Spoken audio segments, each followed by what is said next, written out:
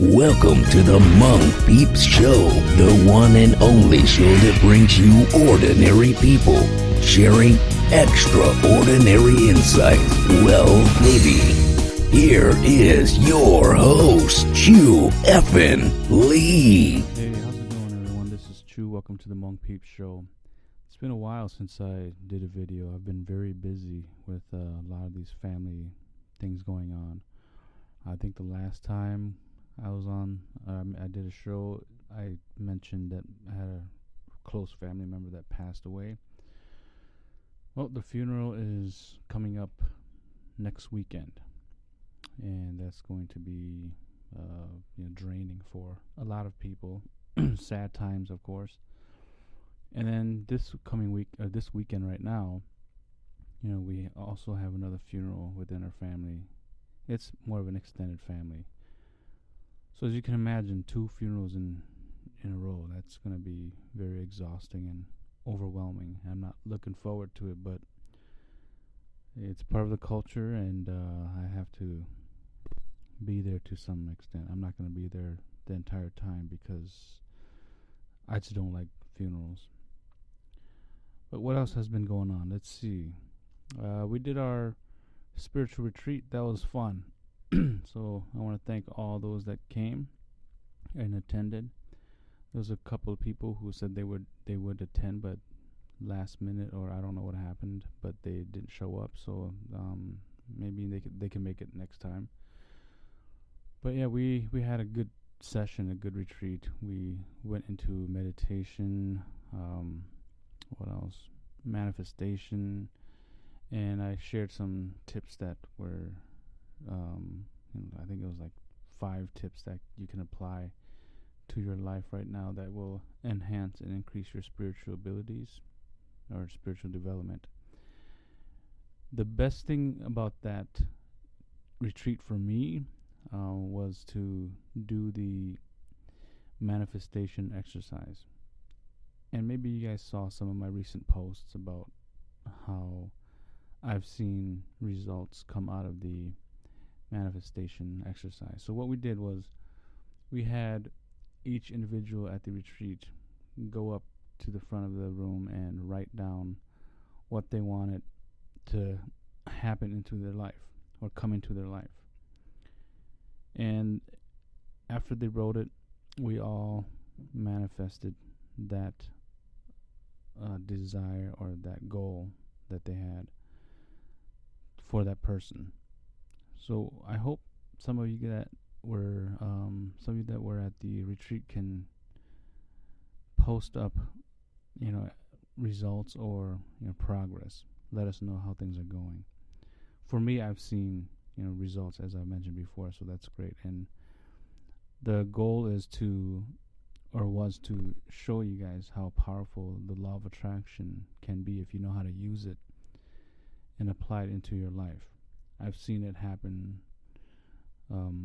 many, many times, in my own personal life.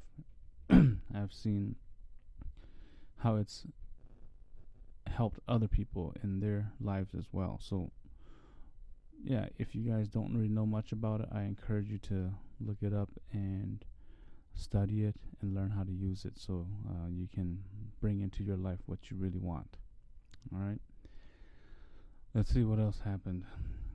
Oh, so I guess I woke up this morning to learn that there was another mass shooting in a theater in Oklahoma.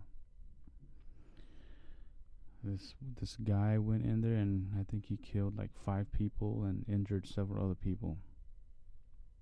Yeah, what is this world coming to? I know you've probably asked yourself this question many times too, but yeah, it's strange times for us right now. Us as in, mankind. I hope something gets resolved, so we can either decrease or stop all this mass shooting.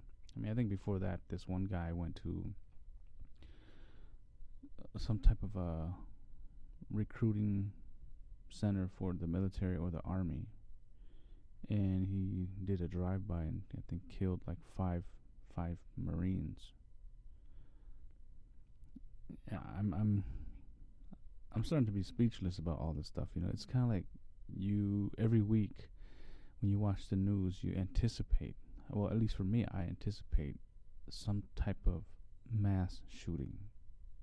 Same thing with this whole um, the public versus the cops.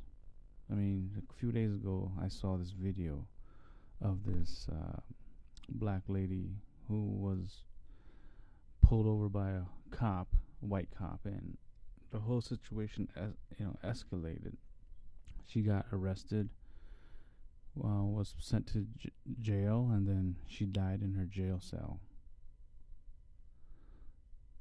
Very strange, very strange. But as I've mentioned before as well, I think it's common sense that when the cops stop you, it's smart to comply with their orders so you can live another day. Whether it was a righteous stoppage, when you got pulled over for whatever reason, whether you disagree or not, figure out a way to get through it so you can live another day and you can fight that in court. I think that'll save some lives, I hope. Yeah, so every week it's just something new. So the question that I kind of ask myself is, what's the media trying to do? Is the media trying to brainwash us? Are they trying to manipulate us? I'm not a huge conspiracy theorist, but I try to look beyond what we see on the media. Because I think whoever controls the media, they are the people who's controlling the world, to be honest. The media can be very selective in what they want to cover and how they want to report it.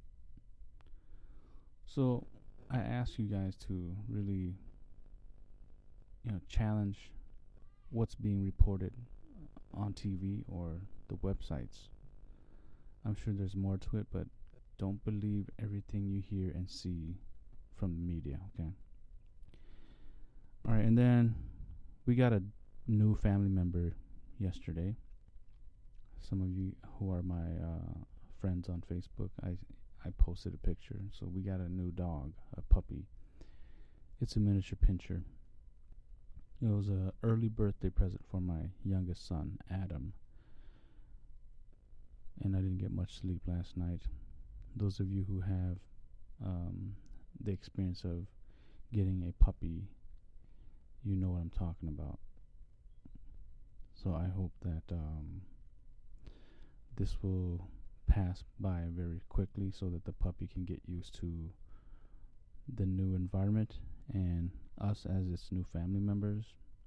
And I hope I like this dog.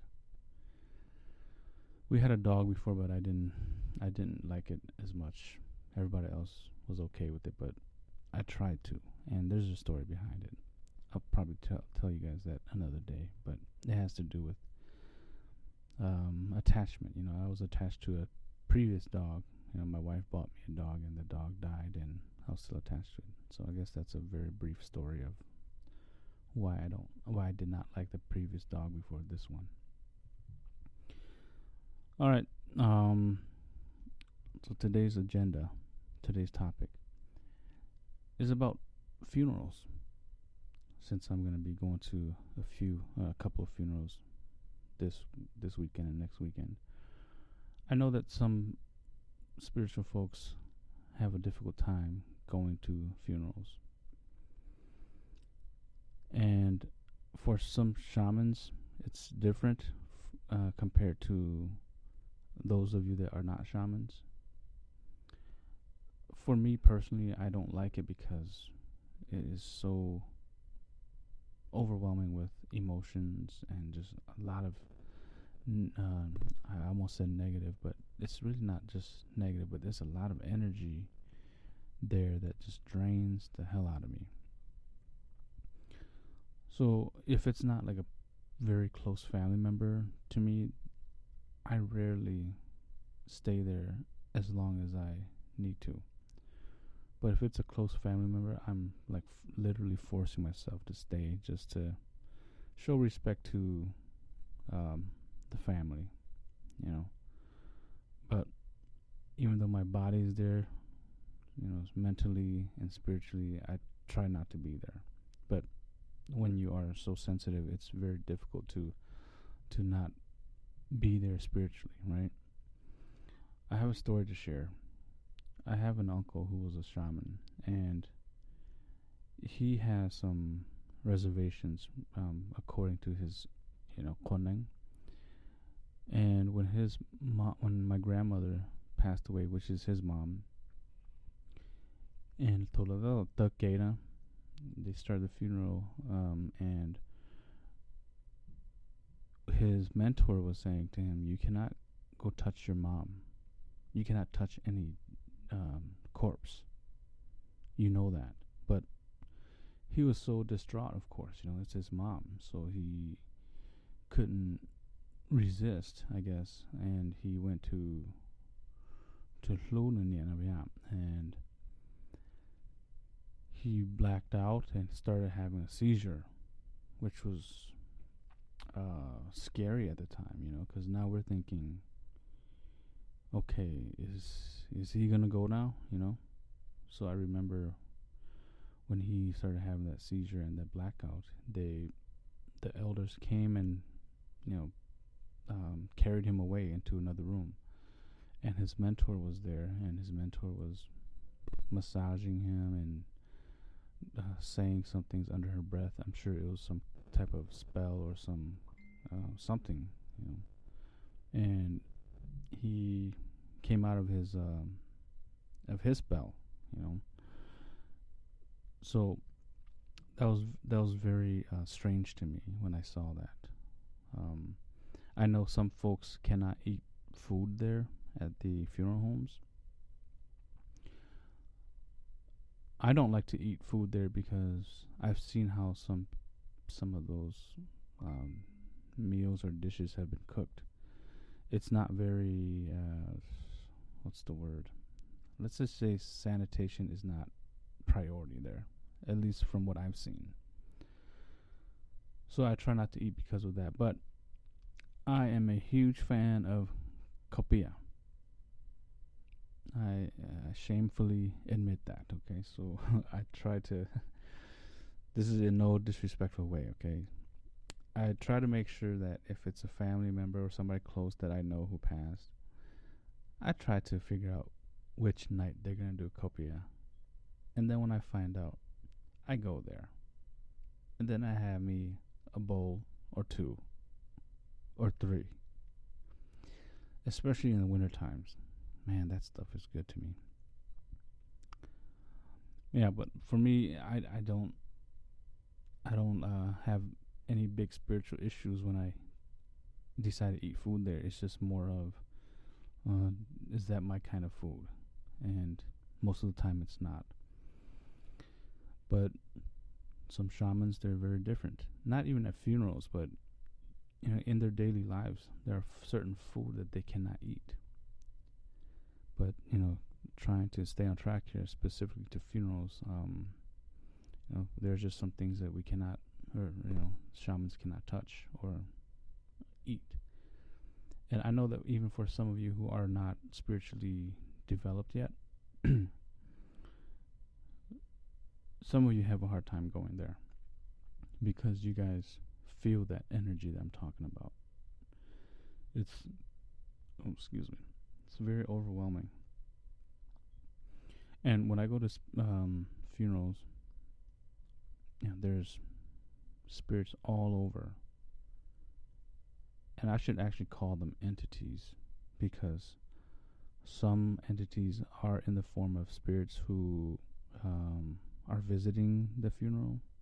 Because you guys have to understand this, and I mean, you don't have to, but I'm just going to give you my perspective and my experience, okay? To me, when funerals are going on, especially in our community, it's like a huge attraction to entities. And the reason why it's a huge attraction is because of the energy that is there during the funeral. So if you want to imagine this, when there's a Hmong funeral going on, it's like when you drive around town and you see big searchlights, right? Searchlights are to draw attraction, right? So it's like that. So there are searchlights going on all over the skies, and the spirits and entities are drawn to that, and they come and see what's going on, and then sometimes they stay forever, sometimes they just come there to see what's going on, they leave, and worst case scenario, some of those stay there, and then they attach themselves to some people that attend to those funerals. So funerals are not, it's never a good place to go, and I say never a good place, not in a way that is disrespectful at all, okay? I'm just saying this as in,